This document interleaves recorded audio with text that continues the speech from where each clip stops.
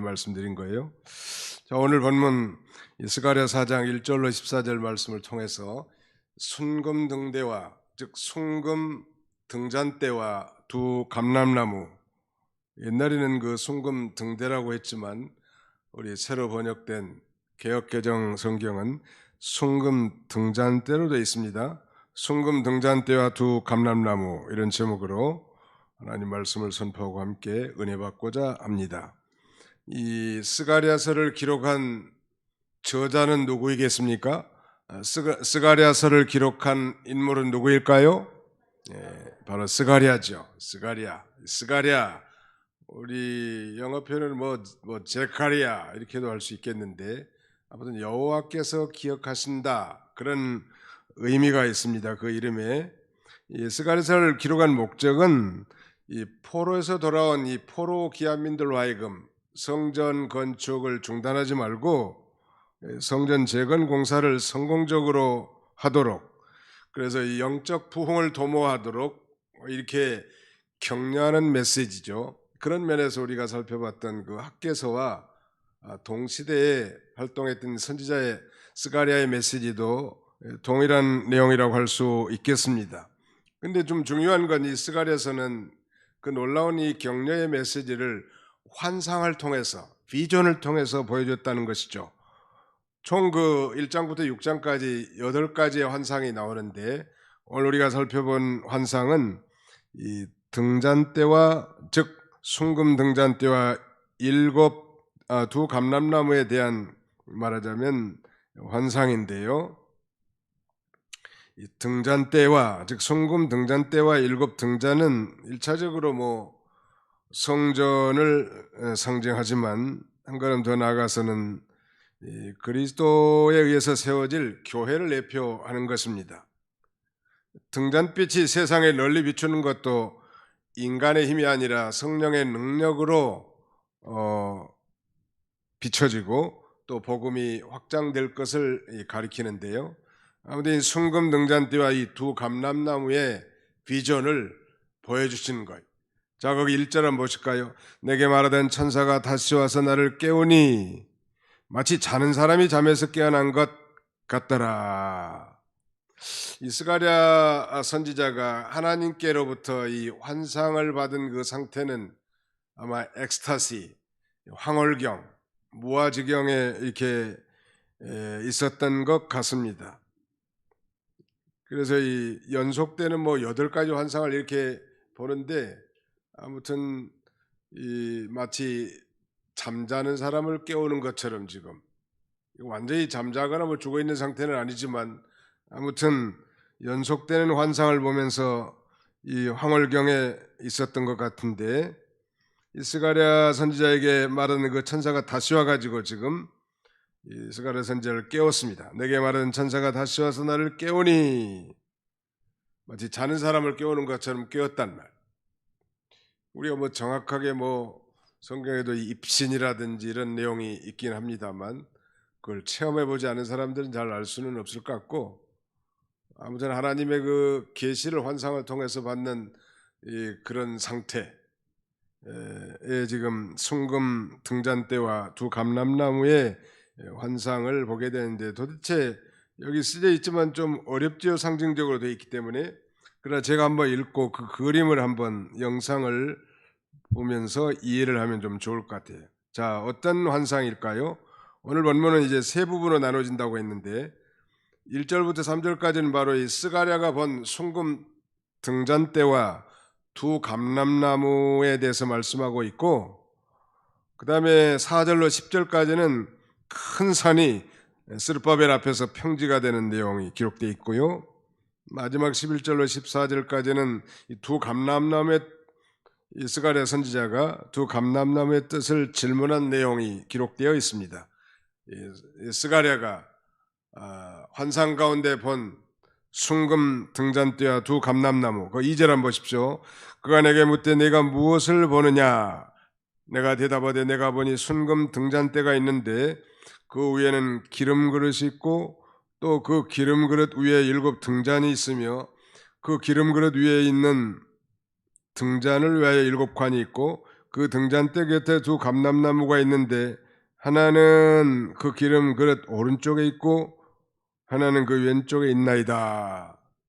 스가랴가 이 하나의 그 순금 등잔대를 받고 그 순금 등잔대가 좌우에 이 감람나무로부터 연결된 관을 통해서 기름을 공급받고 그 기름을 통해서 이제 이 등잔대가 있고 그 등잔에 불이 켜지는 그런 내용이죠. 자, 한번 그 그림을 한번 이해를 돕기 위해서 한번 볼 수 있을까요? 너무 이게 밝아가지고 잘 못 올 것 같은데 이 불을 하나만 꺼져 보실래요? 예.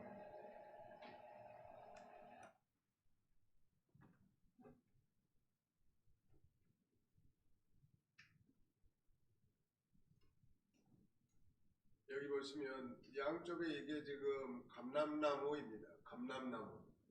그리고 이제 이게 순금 등대이고요. 근데 이 감람나무에 이 관이 이렇게 두 개가 연결되어 있는데 이 감람나무에서 감람유를 받아서 요 기름 그릇 있잖아요. 이 기름 그릇에 기름이 저장되면은 이 기름이 이 관을 타고 요리 내려와요. 내려와 가지고 이리도 공급되고 이쪽으로도 공급되고 하나 둘셋넷 다섯 여섯 일곱 개의 등잔에 이렇게 불이 켜지게 돼 있는데 다시 한번 살펴보겠습니다. 양쪽에 실제로 다른 그림이네요. 이 두 개의 감람나무가 있고 이 감람나무에 이렇게 두 개의 가지가 있죠. 이 감람나무에서 기름이 이 그릇에 저장이 되면 이 기름이 관을 타고 올라가요. 그러면 각 등잔이 7개가 있잖아요. 그래서 이제 불을 밝히는 건데 이것은 성전을 예표하기도 하고 오늘 신약 시대로 말하면 교회를 예표하기도 하고요. 양쪽에 이제 감람나무는 예수 그리스도를 상징합니다. 즉 예수 그리스도를 통해서 은혜와 진리가 이 관을 통해서 내려오고 그래서 그 등불을 이 어두운 세상에 비추는 역할을 하는 것이죠. 그래서 우리 교회가 바로 금촛대와 같다고 하지 않았습니까?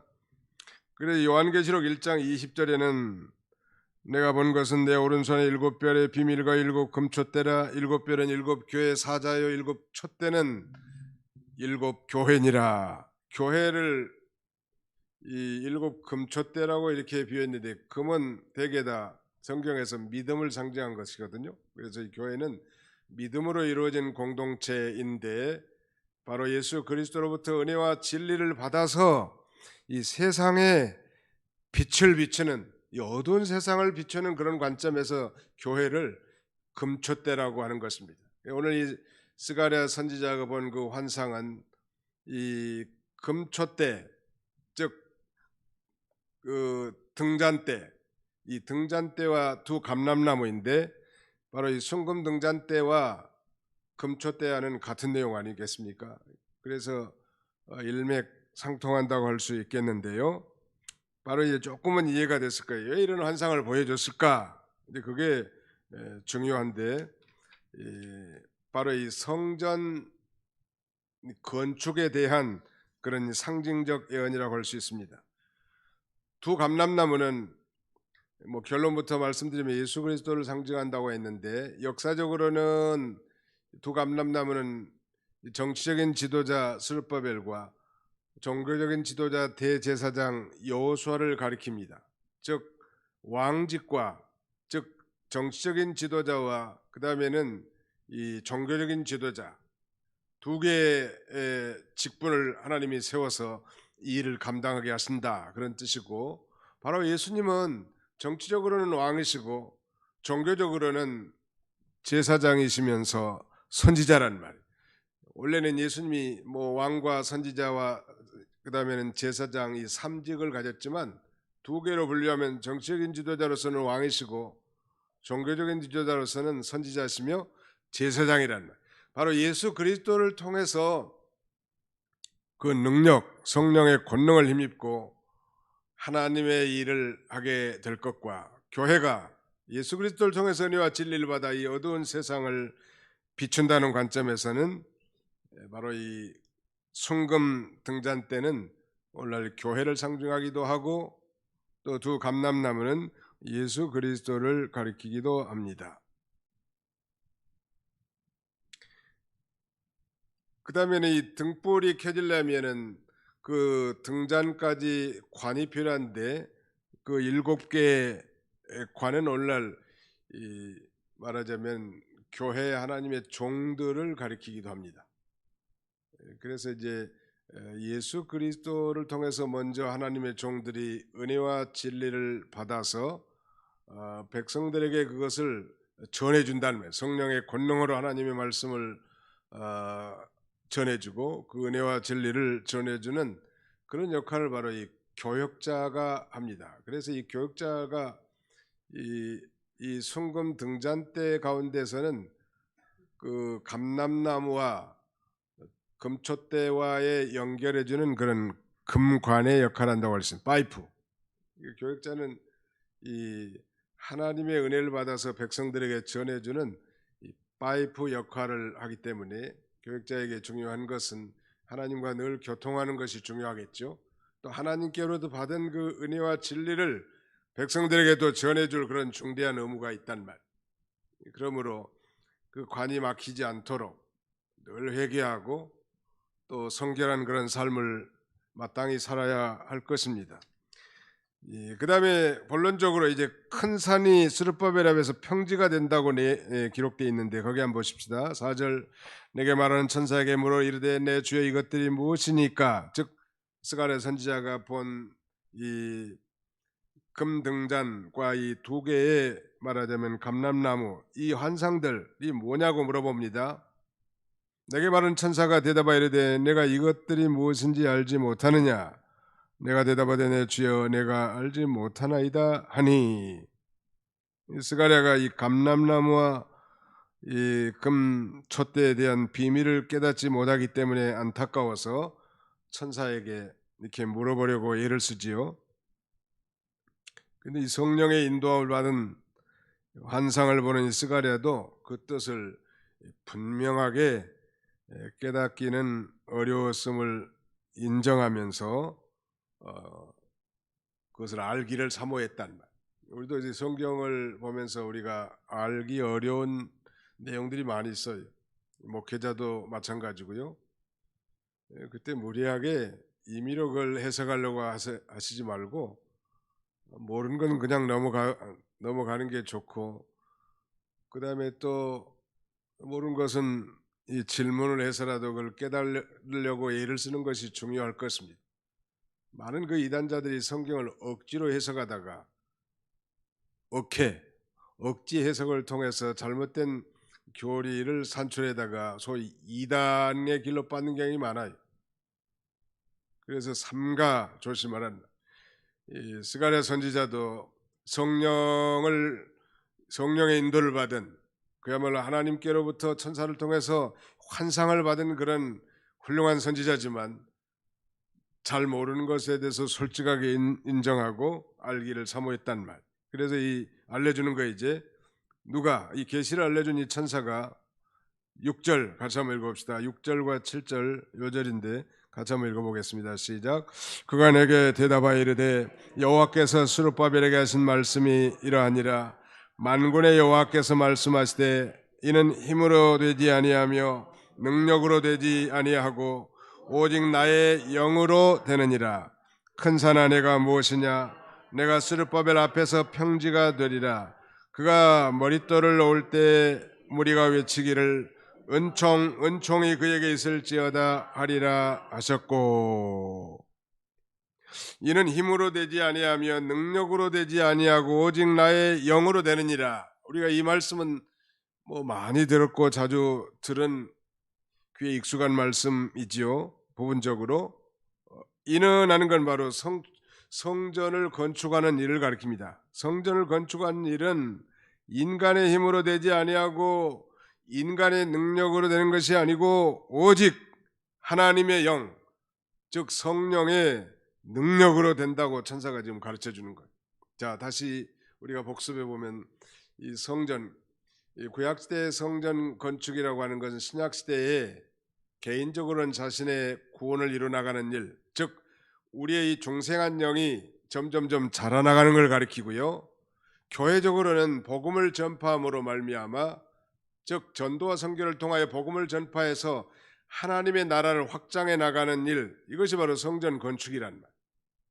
물론 그 안에 이제 뭐 예배당 건축도 부분적으로 포함이 되고 우리의 모든 믿음의 경건한 활동들이 다 해당되겠으나, 직접적으로는 우리 몸이 성전이야. 너희가 성전인 것과 하나님의 성령이 너희 안에 계신 줄 알지 못하느냐. 하나님이 계신 곳이 성전이죠. 그러므로 우리가 육의 더럽고 추악한 죄를 날마다 벗어버리고 의를 덧입어 나가는 삶, 거룩함과 의로움과 진실함을 힘입어 나가는 삶, 이게 성전 건축이죠. 또 이 교회를 세워나가는 일, 복음 전파를 통해서 교회를 세워나가는 일, 즉 이 믿음으로 구원받은 성도들로 말미암아 세워진 교회를 가리킵니다. 그 일도 성전 건축인데 이게 제대로 되는 게 아니란 말이에요. 전도하는 게 뭐 인간의 말 잘해가지고 되는 게 아니고, 우리가 이 거룩한 성전이 되기 위해서 우리가 노력하고 결심만 가지고 되는 것이 아니라, 힘으로도 되지 아니하고 인간의 능력으로도 되지 아니하고 오직 나의 영으로 되느니라. 옛날 성경에 나의 신으로 되느니라. 자기가 자라나는 거, 교회가 부흥해 나가는 것은 오직 성령의 권능으로 된단 말. 그래서 예수님께서 이 사도행전 1장 8절에도 오직 성령이 너희에게 임하시면 너희가 권능을 받고 예루살렘과 온 유대와 사마리아와 땅끝까지로 내 증인이 되리라 하시니라 그랬단 말. 성령의 권능을 힘입은 자가 전도하게 되고 열매를 맺히게 됩니다. 이 전도라고 하는 것은 구원받은 성도의 최고의 영적 활동, 이렇게 말하면 될 것 같아요. 그 얘기는 무슨 의미냐 하면은 전도해야 자기 영이 산다, 그렇게 생각하면 돼. 그것도 매일. 아프리카의 탁이라고 하는 성도는 예수 믿고 구원받은 게, 그래서 천국 가는 게 너무나 좋아서 하나님 앞에 서원했다고 합니다. 주님, 저는 매일 나가서 전도하게 해주시옵소서. 뭐 열매 맺는 건 하나님의 수관이니까 매일 나가서 전도하게 해달라고. 그런데 어느 날 정말 폭우가 와가지고 그날은 전도하러 못 나갔다는 거예요. 그래서 굉장히 마음이 답답하고 곤고한 가운데 있은 거예요. 매일 나가서 전도하기로 소원했는데 말이죠. 그런데 놀랍게 이 비를 피한 한 사람이 자기 집에 들어오게 돼가지고 그 사람에게 복음을 전함으로 자기의 소원을 지킬 수 있었다고 그렇게 기록하고 있습니다. 전도하는 행위, 기도하는 행위도 상당한 성숙한 영적 활동이라고 할 수 있겠습니다. 그러나 이 모든 복합 기독교의 예술 하면 그야말로 이 전도 행위라고 할 수 있겠습니다. 최고의 영적 그 삶을 구가하기를 원하신다면 믿지 않는 자에게 복음을 전하는 것은 곧 그 사람을 살리는 게 아니라 사실은 내가 풍성한 삶을 사는 원동력이 된다는 거예요. 역설적으로 말한다면 내가 전도하지 않는다면 내 영이 뭐 법적으로는 살아있지만 그 힘이 없어요. 교회가 힘이 없는 이유는 전도하지 않기 때문에 그렇죠. 뭐 봉사를 안 해봤나요? 누가 힘써서 연보를 안 했나요? 정말 하나님의 역사를 체험한 적이 없는 사람이 누가 있냔 말. 그럼에도 불구하고 신앙이 나태해지고 그 다음에 힘이 없어지고 이 신앙의 기쁨과 즐거움이 사라지는 이유는 믿지 않는 자에게 복음을 전하지 않기 때문에 내가 죽는 거예요. 고사라는 말 있죠. 자기가 말라 죽는 거예요. 이거 전도하는 건 다른 사람도 살리는 일이지만 누가 사는 거예요? 자기가 사는 거예요. 이거 뭐 나이도 들고 뭐 내가 지금 나가서 코로나 시대에 할 수 있을까? 물론 어렵죠. 쉬운 일은 아니에요. 그러나 그런 마음을 가지고 우리 자녀손들에게도 가르치고 하나님 말씀을, 또 내 직분을 받은 사람이라면 자기에게 영향력을 끼치는 사람들에게도 이 복음을 전하고 또 적극적으로 예배에 참여하고, 이런 모든 것들이 자기 영이 사는 길이고, 그러면서 자기 영적 성전이 건축되어져 나가는 것이죠. 큰 산아, 내가 무엇이냐? 내가 스룹바벨 앞에서 평지가 되리라. 이 성전 건축하는 일, 즉 자신의 구원을 이루어나가고 자신의 영이 예수님을 닮아가는 일, 그리고 전도와 선교를 통해서 하나님 나라를 확장해 나가는 일은 큰 산과 같은 난관이에요.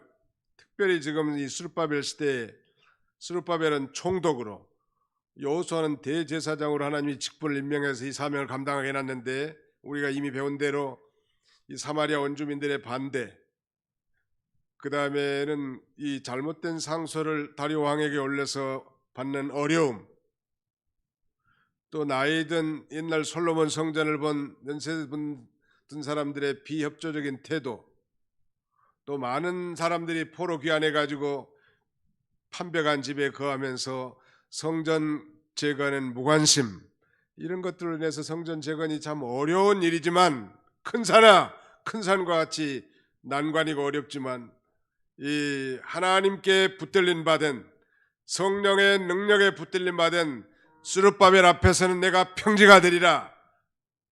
이 얘기는 그 난관을 뚫고 그 성전을 건축하게 될 것을 가리킵니다.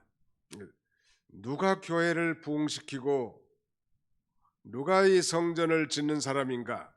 기도 많이 하고 성령의 권능으로 사는 사람들을 통해서 하나님의 일은 세워져 나가는 것입니다. 말로 세우는 거 아니에요. 인간의 무슨 방법, 수단, 겉으로는 그렇게 세워진 것 같지만 그렇게 세워지는 게 아니에요. 정말 기도를 많이 하고 자신을 부인하고 성령의 능력을 힘입는 자에 의해서 자신도 만들어지고 교회도 만들어지고 세워져 나가는 것입니다. 믿으시면 아멘 합시다. 예, 그게 바로 성전 건축이요. 자, 우리 한번 따라서 해볼까요? 큰 산아, 내가 무엇이냐? 내가 스룹바벨 앞에서 평지가 되리라. 예, Who are you, O great mountain? Before Zerubbabel, you shall become a plain. You shall become a plain. 내가 평지가 될 것이니라. 이 말은 내가 너로 하여금 그 큰 산을 평지로 만들도록 할 것이다 하는 그 의역적 해석이 가능하다는 말. 성령에 붙들려 있는 사람,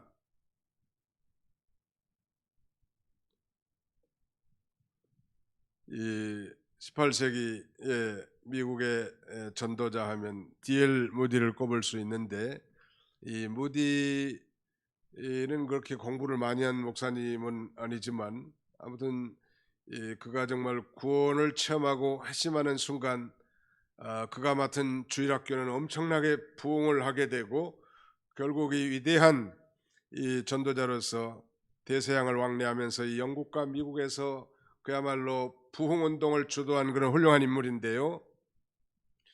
이 어떤 교회에서는 계속 이 사경의 강사 목사님을 무디 목사님만 초청하니까 도대체 무디 목사가 이 시대의 모든 성령을 다 독점하신 그런 목사입니까? 이렇게 비난하고 반대한 사람도 있었다네.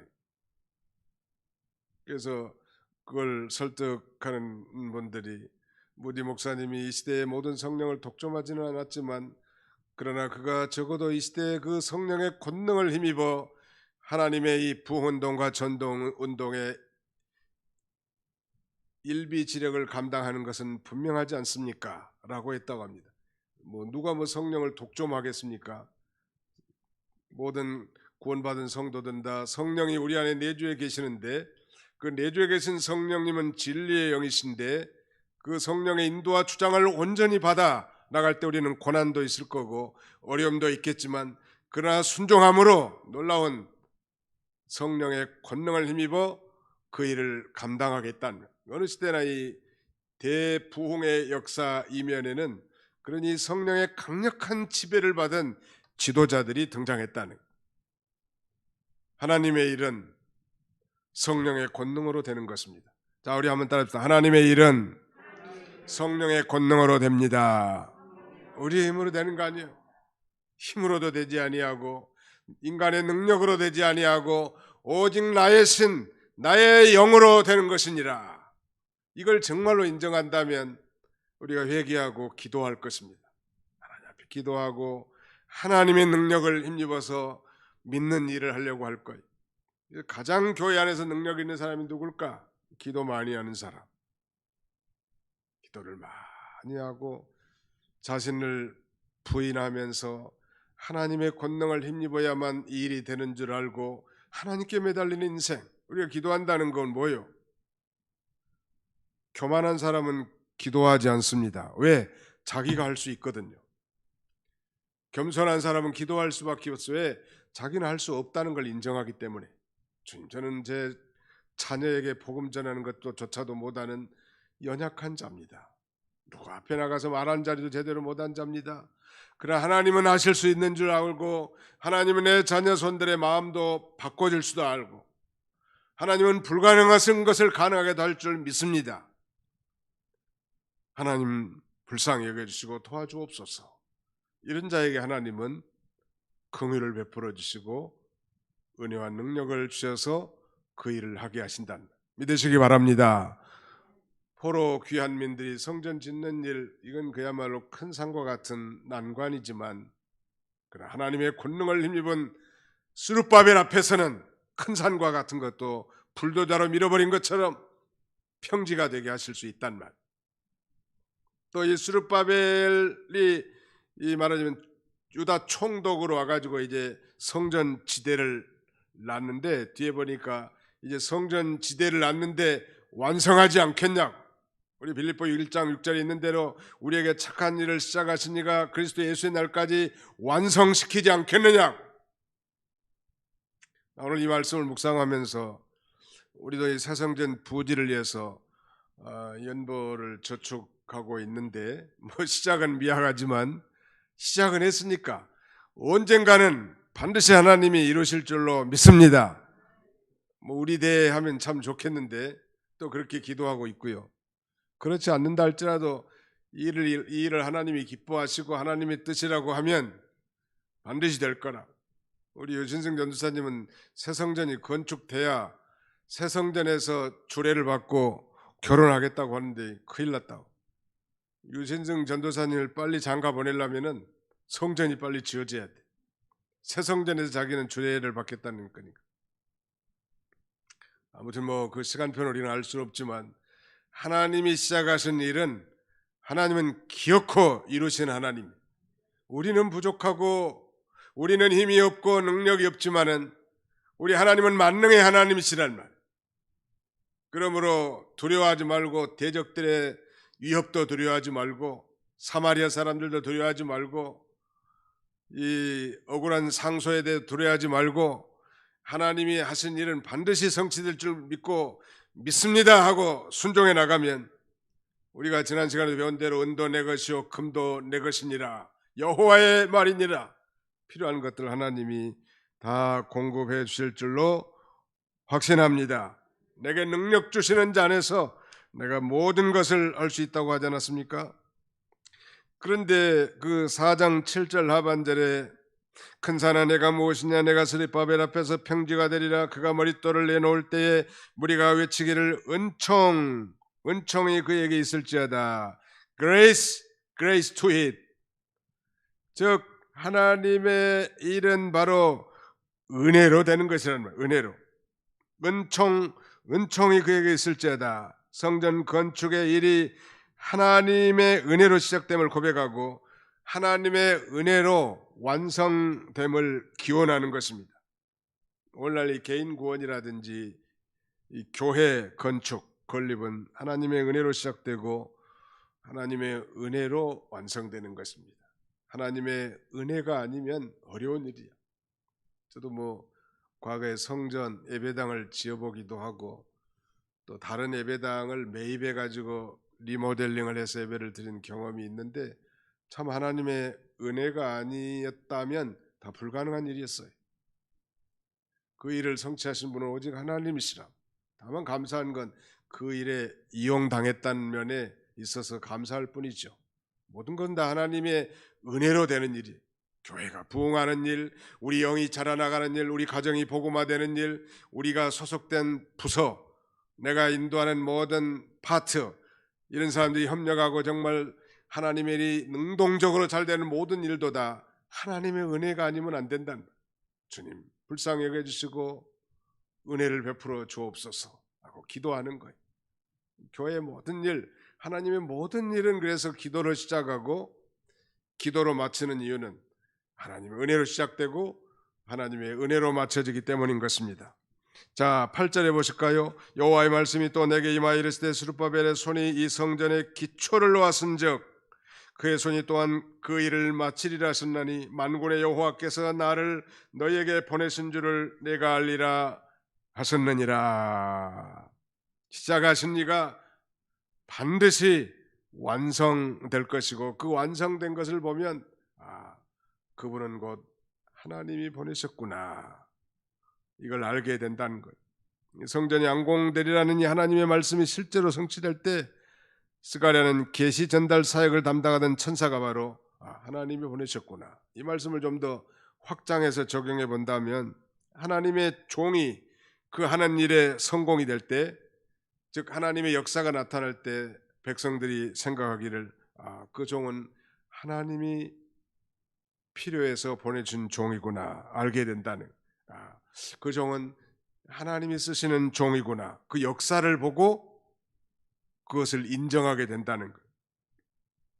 10절 같이 한번 읽어보겠습니다. 10절 시작. 작은 일의 날이라고 멸시하는 자가 누구냐? 사람들이 스룹바벨의 손에 다림줄이 있음을 보고 기뻐하리라. 이 일곱은 온 세상에 두루다니는 여호와의 눈이라 하니라. 작은 일의 날이라고 멸시하는 자가 누구냐? Who has despised the day of small things? 작은 일의 날이라고 누가 멸시하냐는 말이에요. 이 작은 일의 날은 스룹바벨의 성전 기초를 놓는 날을 가리킵니다. 스룹바벨 성전을 제2성전이라 하고 과거에 솔로몬 성전을 제1성전이라고 하는데, 솔로몬 성전에 비해서 이 스룹바벨 성전은 그야말로 보잘것없어. 성경에서 표현한 대로 솔로몬 성전은 풍성한 재료와 그 다음에 화려한 예배 성전 아니었습니까? 근데 포로에서 돌아온 사람들이 뭐 재료가 얼마나 있겠어. 그래서 산에 가서 나무를 찍어다가 성전 지으라는 거예요. 그래서 보통 구입할 수 있는 재료, 물론 뭐 나무를 신령한 선산 정봉에 올라가서 하나님의 말씀을 가지고 성전 지으라는 영적 의미도 있지만 주변에서 쉽게 구할 재료를 가지고 성전을 지을 정도로 옛날 노인네들이 볼 때는 정말로 이것도 예배당인가,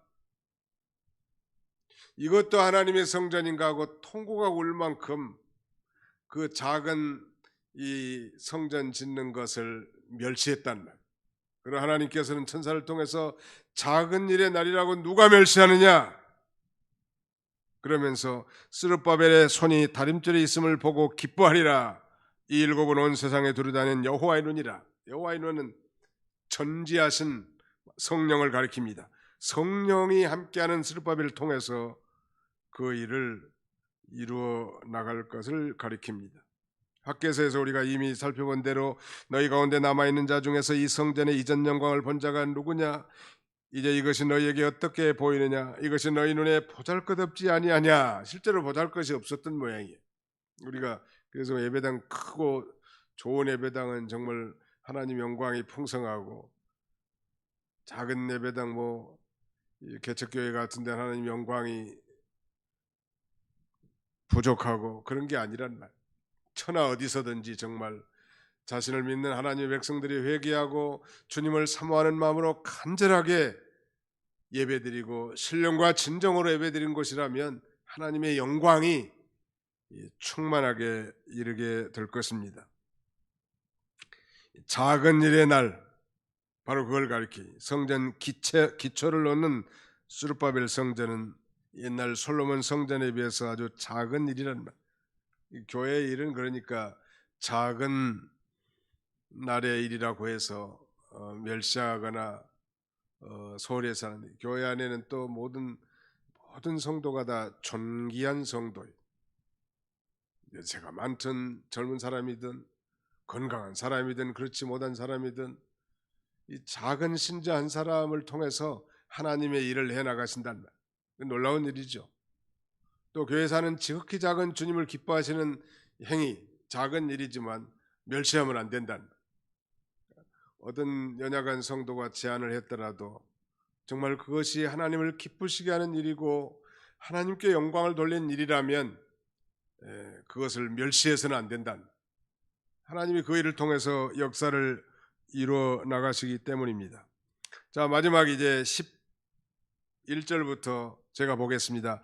내가 그에게 물어 이르되 등잔대와 좌우에 두 감람나무는 무슨 뜻이니까 하고 다시 그에게 물어 이르되 금기름을 흘리는 두 금관 옆에 있는 이 감람나무 두 가지는 무슨 뜻이니까 하니 그가 내게 대답하여 이르되 내가 이것이 무엇인지 알지 못하느냐 하는지라 내가 대답하되 내 주 알지 못하나이다 하니 이르되 이는 기름 부음 받은 자 둘이니 온 세상의 주 앞에 서 있는 자니라 하더라. 이 천사가 두 감람나무에 대해서 지금 일러주는데 기름 부음 받은 자 둘은 역사적으로 정치적인 지도자 스룹바벨 총독과 종교적인 지도자 대제사장 여호수아를 가리킨다고 했는데 예언적으로는 바로 이 모든 직분을 포함하고 있는 기름 부음 받은 자 그리스도를 가리킨다고 했습니다. 온 세상의 주 앞에 서 있는 자, 이건 바로 예수 그리스도를 가리킨다는. 아까 그 그림을 다시 한번 비춰줘 보실래요? 양쪽에 이 감람나무가 있고 한번 다시 한번 보겠습니다. 성금 등잔대와 두 감람나무 그 영상 한번 다시 띄워줘 보세요.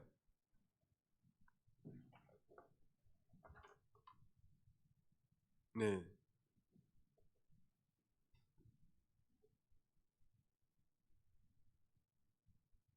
이 양쪽에 이 실제로 그 성지순례 가보니까 감람나무 밑덩어리가 이렇게 생겼어요.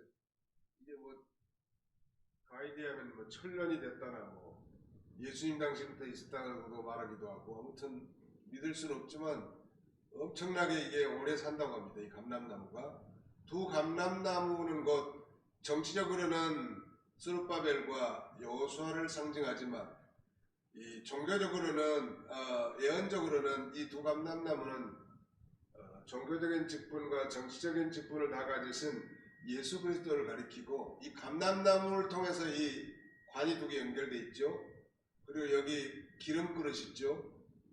이 감람류에 이 기름이 이리 뭉쳐져서 요 말하자면 관을 타고 이리 내려오는 거예요. 이렇게 내려와서 나머지 7개의 관으로 다 이렇게 올라가게 되고 등잔이 하나 둘 셋 넷 다섯 여섯 7개 이 말하자면 등불이 켜지는데 오늘 마지막 절은 바로 이 두 관과 이 두 감람나무는 바로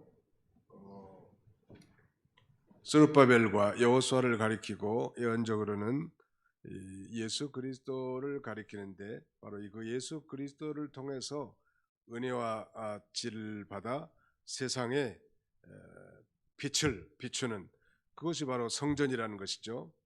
그래서 우리 말하자면 우리 그리스도인들도 요한복음 마태복음 15장인가요? 너희가 세상의 빛이라고. 바로 우리 성도가 바로 예수 그리스도를 통해서 은혜와 진리를 받아서 그 다음에는 이 세상에 나가서 이 빛을 비춰야 할 그런 위치에 있기 때문이고 또 확대해 보면 우리 교회가 바로 예수 그리스도를 통해서 그 금관을 통해서 이 기름을 받아서 말하자면 이 어두운 세상에 빛을 비추는 그런 이 말하자면 중요한 금촛대와 같은 역할을 하게 되는 것입니다. 오늘 이 시대는 그야말로 어두운 세상, 어둡다는 얘기는 하나님의 말씀이 다 희귀한 시대라는 그런 뜻이고 하나님의 말씀을 즉 진리 대신 하나님의 말씀을 떠난 시대라는 말. 그래서 사람들도 이제는 소망이 없다 이렇게 말하는 거예요. 너무 죄가 간영하고 불법이 성하기 때문에. 그러나 이 최후에 아무리 어두운 시대라도 예수님 재림할 때까지 유일하게 소망이 있는 기간은 교회입니다. 우리가 정말로 회개하고 성령의 인도와 주장을 받아 진리의 말씀으로 살 때 우리를 통해서 이 어두운 세상에 빛을 비춰주고 우리 교회를 통해서 이 어두운 사회에 말하자면 빛을 비춰주는 것입니다. 정말 우상을 섬기고 하나님도 모르고 죄가 뭔지도 모르는 이 어두운 가운데 처한 사람들에게 예수 그리스도가 빛이라고 이걸 전해줘야 되겠는데 말로만이 되는 시대가 아니잖아요. 이제 우리의 삶의 헌신과 희생을 통해서 빛을 비춰줘야 돼. 우리 교회가 이런 금초대와 같이, 아니 정말 금등잔대와 같은 아주 어두운 세상을 밝히 비추는 아름다운 교회로 세워지기를 간절히 바랍니다. 기도하겠습니다. 살아계신 우리 아버지 하나님께서 순금 등잔대와 두 감람나를 통하여 오늘날 이 시대의 이 교회가 어떤 기관인지를 다시 한번 깨닫게 해주시고, 이 소중한 성전이 성전 재건이 심히 어려운 큰 산과 같은 난관이라 할지라도 하나님의 성령의 권능을 힘입고 다림증을 가진 수르바벨 앞에서는 평지가 될 만큼 그 성전 건축이 실현된다고 하였사오니, 자비로우신 우리 아버지 하나님, 우리의 인생길에도 큰 산과 같은 난관이 우리 앞에 봉착할 때 우리의 힘으로도 우리의 능력으로도 결코 할 수는 없지만은 하나님의 성령의 능력으로 모든 것이 되는 줄 알고 날마다 우리 하나님 앞에 나와 자복하고 회개하며 자신의 되지 못한 것들을 다 벗어버리고 하나님의 긍휼에 호소하여 하나님의 능력을 힘입어 모든 큰 산과 같은 난관들이 다 평지가 되는 놀라운 역사가 있게 하여 주시옵소서. 우리 도봉교회를 50년 전에 이곳에 세우시고 많은 생명들을 불러서 구원시켜 천국으로 보내고 또 앞으로 이 귀중한 사명을 우리에게 맡겨주셨사오니 이 성전 건축하는 일, 구원운동하는 일이 결코 우리의 힘으로는 아무것도 할 수 없는 무능한 존재인 것을 인식하고 날마다 회개하며 주님 앞에 엎드려 자신의 되지 못한 것들을 적나라하게 발견하고 하나님의 성령의 권능을 힘입어서 이 교회를 잘 세워나가고 또 개인적으로 우리 자신들의 구원을 잘 이뤄나가고 우리 가정을 거룩한 가정으로, 축복의 가정으로 세워나가기 부족함 없는 우리 모두가 다 되도록 하나님 아버지 축복해 주시옵소서. 자비로우신 우리 아버지 하나님, 이는 힘으로도 되지 아니하고 능력으로도 되지 아니하고 오직 나의 영으로 된다고 말씀하시고, 큰 산아 내가 무엇이냐, 내가 수르바벨 앞에서 평지가 되리라 말씀하셨사오니 이 말씀이 마음판에 깊이 새겨져서 어떠한 절망 가운데서도 낙심하지 아니하고 하나님을 의지하고 하나님의 권능을 힘입어 살아갈 수 있는 우리 모두가 다 되게 주시옵소서. 특별히 다음 주일에는 이 특별 강사 목사님을 초청하여 우리가 귀한 하나님의 생명의 말씀을 듣고자 하오니 우리 많은 교우들이 참여하여 은혜에 동참하도록 도와주시고 또 하나님께 큰 영광이 돌아가도록 하나님께서 역사해 주시옵소서. 남은 주간도 친히 함께 해주시고 환난 중에 있는 우리 모든 성도들, 고난 중에 있는 형제들을 기억하시되 고난 가운데서도 환난 가운데서도 주님을 의지하고 바라보고 나아갈 수 있도록 하나님께서 격려해 주시기를 간절히 바라옵고 원합니다. 남은 주간도 주님이 친히 함께 해주시길 원하옵고 예수님의 이름으로 기도하옵나이다. 아멘.